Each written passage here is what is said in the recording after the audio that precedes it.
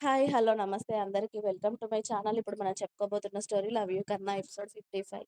Story చదివే ముందు ఛానల్‌ని తప్పకుండా సబ్స్క్రైబ్ చేసుకొని, లైక్ చేసి, షేర్ చేయండి. అలాగే బెల్ ఐకాన్ ఆన్‌లో పెట్టుకోండి. స్టోరీస్ ముందుగానే చదవాలి అనుకుంటే మెంబర్‌షిప్ కూడా తీసేసుకోండి. జాను శారీ కవర్స్ పట్టుకొని హ్యాపీగా కృష్ణ దగ్గరికి జంప్ అయిపోయింది.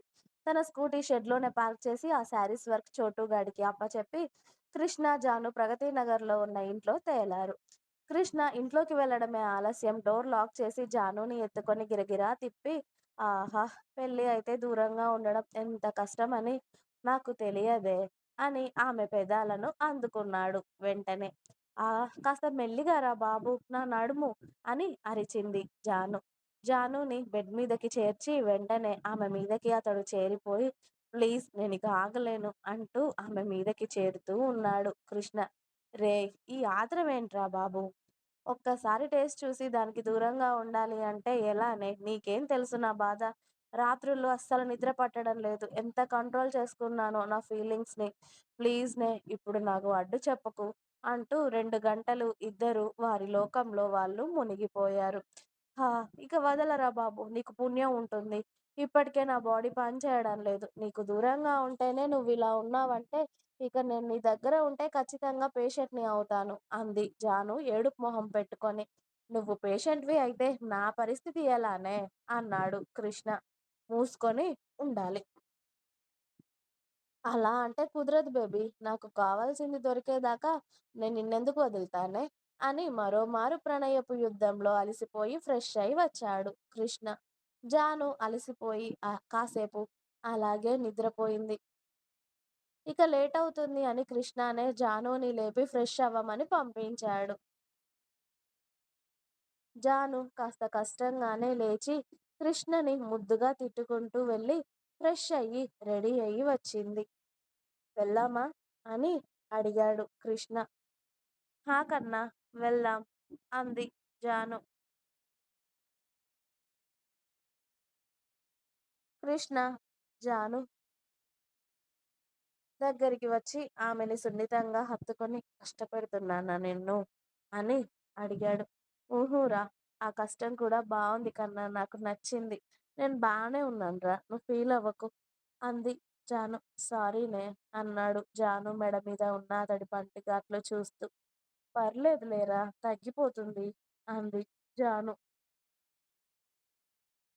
మిస్ యూనే అని జానుని ఇంకాస్త గట్టిగా హత్తుకొని, పద ఇంకా ఇక్కడే ఉంటే నా మూడ్ మళ్ళీ ఎటో పోయేలా ఉంది అని జానుని తీసుకొని ఇంటికి స్టార్ట్ అయ్యాడు కృష్ణ.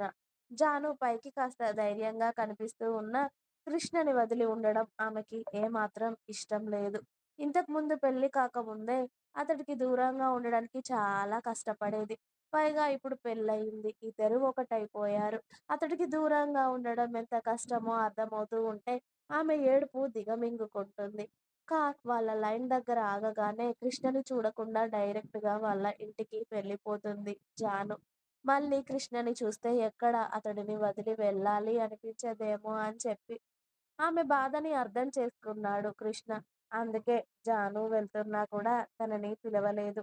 అతడికి కూడా ఆమెకు దూరంగా ఉండడం చాలా కష్టంగానే ఉంది. పెళ్ళయ్యాక జాను కాస్త ధైర్యంగా ఉంటుంది. ఎంతలో గడిచిపోతాయిలే రోజులు. మళ్ళీ తనని త్వరగానే దగ్గరికి తీసుకోవచ్చు అనుకున్నాడు. కానీ పెళ్లి అయ్యాక ఇద్దరు కలిసిపోయాక దూరంగా ఉండడం ఎంత నరకమో కృష్ణకి కూడా అర్థమవుతూ ఉంటుంది. కృష్ణ కూడా కష్టంగా ఇంట్లోకి వెళ్ళిపోయాడు. జానుకి, కృష్ణకి భారంగా రోజులు గడుస్తూ ఉంటాయి. ఆమె అక్కడ కృష్ణ కూడా అతడు బిజినెస్‌పై దృష్టి పెట్టి వస్తున్న లాభాలతో వెహికల్స్ కొంటూ ఉంటాడు. అలా ఇప్పటికి 5 కార్లు కొన్నాడు. ప్రసాద్ గారు కొన్నవి 4 కాకుండా. కొడుకు ఎదుగుదలని చూసి ప్రసాద్ గారు, జ్యోతి గారు కూడా చాలా మురిసిపోతూ ఉంటారు. రెంట్‌కి వెహికల్స్‌కి డ్రైవర్‌గా కృష్ణ వెళ్ళడమే కాకుండా ముగ్గురు, నలుగురు డ్రైవర్స్‌ని కూడా పెట్టుకుంటాడు. ఏదైనా అవసరమైతే కృష్ణ వెళ్తూ ఉంటాడు తప్పని పరిస్థితుల్లో. ఇప్పుడు కూడా తిరుపతికి వెళ్ళాల్సి ఉండడంతో వారం రోజుల ముందు వెళ్ళాడు కృష్ణ.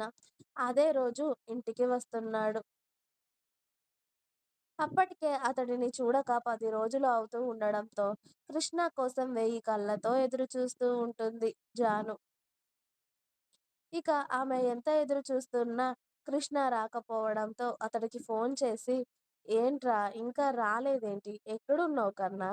అని అడుగుతుంది డల్‌గా. ఇంకో 1 అవర్ పడుతుంది బంగారం. నేనొచ్చాక కాల్ చేస్తాను. నువ్వు ఇంటికి వద్దులే మమ్మీ, డ్యాడీ లేరు ఊరికి వెళ్లారు అంట. సిరి ఒక్కతే ఉంది. నేను రాగానే కాల్ చేస్తాను వచ్చేసేయ్" అని చెప్తాడు కృష్ణ. అలాగే అని కాల్ కట్ చేసి కృష్ణ ఎప్పుడు వస్తాడా అని ఎదురు చూస్తూ ఉంటుంది. గంట తర్వాత కృష్ణ ఇంటికి వచ్చి ఫ్రెష్ అయ్యి వెంటనే జానుకి కాల్ చేస్తాడు ఇంటికి రమ్మని. ఇక కృష్ణ దగ్గర నుండి కాల్ వచ్చాక కూడా పాప ఇంట్లో ఆగుతుందా? మమ్మీ సిరి కాల్ చేసింది వెళ్తున్నా అని చెప్పి పరుగున కృష్ణ వాళ్ళ ఇంట్లోకి వెళ్ళి సిరి చూస్తూ ఉండగానే కృష్ణ రూమ్‌లోకి వెళ్ళిపోతుంది జాను. వామ్మో! ఇదేంటి ఇలా దయ్యంలా పరిగెత్తుతూ వచ్చింది? ఇక్కడ ఆడపడుచు ఒకదాన్నున్నానని దానికి లేదు. భయమే లేకుండా పోతుంది దీనికి అని జానుని ముద్దుగా తిట్టుకుంటూ ఇంటికెవరైనా వస్తారేమో అని డోర్ క్లోజ్ చేసి, సిరి టీవీ చూడడంలో లీనమవుతుంది. కృష్ణ పాయింట్ వేసుకొని షర్ట్‌లెస్‌గా తల తుడుచుకుంటూ ఉంటాడు. అప్పుడే Janu Krishna room door lock చేసి వచ్చి, అతడిని వెనక నుండి హత్తుకుంటుంది. ఆమె కన్నీళ్లు అతడి వీపుకి తెలియడంతో, "వచ్చేసే కదా! చూసావు కదా! ఇంకా ఎందుకిలా ఏడుస్తావు చెప్పు? రోజూ ఇలానే ఏడుస్తూ కూర్చుంటున్నావా ఇంట్లో?" అని అడిగాడు జానుని అతడి ముందుకు తెచ్చుకొని, ఆమెని గట్టిగా హత్తుకుంటూ. "మిస్ యూ కన్నా" అని ఏడుస్తూ ఉంటుంది జాను. "సరే, సరే వచ్చేసా కదా! ఇక ఆపవే ఏడుపు. ఏది ఇటు చూడు" అంటూ జాను మొహాన్ని అతడి దోసిలిలోకి తీసుకొని, "అరె! నా జాను గాడు ఏడిస్తే కూడా ఇంత హాట్‌గా ఉన్నాడేంటి?" అన్నాడు కృష్ణ నవ్వుతూ. ఇంకా ఉంది. మీకు నా స్టోరీస్ నచ్చినట్టయితే ప్లీజ్ లైక్ చేయండి, షేర్ చేయండి. అలాగే ఛానల్‌ని తప్పకుండా కొత్త వాళ్ళందరూ సబ్స్క్రైబ్ చేయండి. Please subscribe my channel. Thanks for watching my video. By by. Please like, share and subscribe.